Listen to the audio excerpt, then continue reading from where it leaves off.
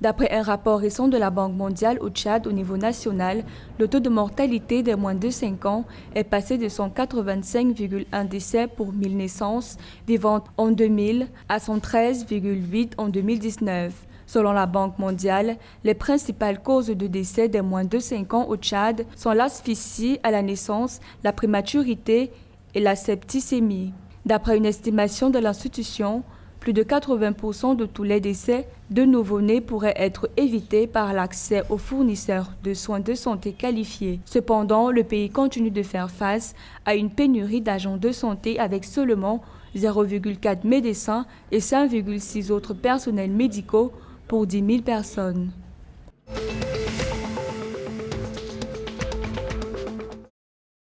Au Cameroun, la Caisse autonome d'amortissement, organisme chargé de gestion de la dette publique, annonce une restructuration des partenariats publics-privés dans le pays. Pour l'institution, cette restructuration se fera avec des renforcements de capacité et vont permettre de mieux quantifier les passifs conditionnels qui découlent des partenariats publics-privés.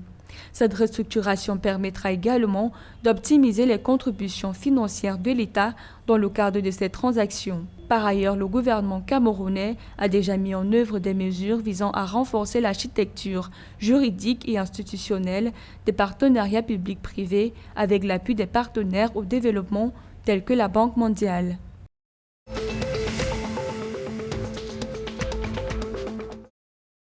Avec des réserves de gaz estimées à plus de 100 milliards de mètres cubes, le Gabon envisage, au cours des prochaines années, de développer ses ressources gazières. Pour y arriver, le pays étudie actuellement les possibilités de passer de l'utilisation du diesel au gaz, tant dans le secteur de l'énergie électrique que dans le transport.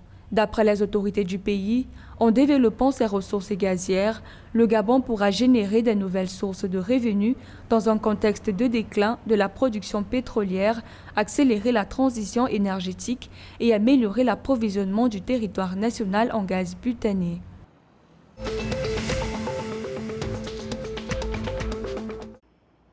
La République du Congo souhaite réduire la fraction numérique dans le pays.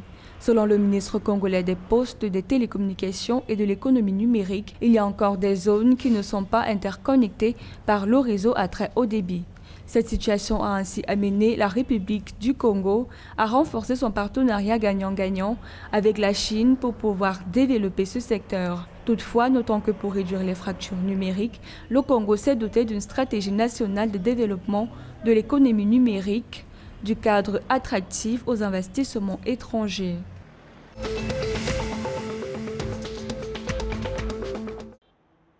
La République démocratique du Congo et le Kenya signent un mémorandum d'entente pour lutter contre la criminalité transfrontalière.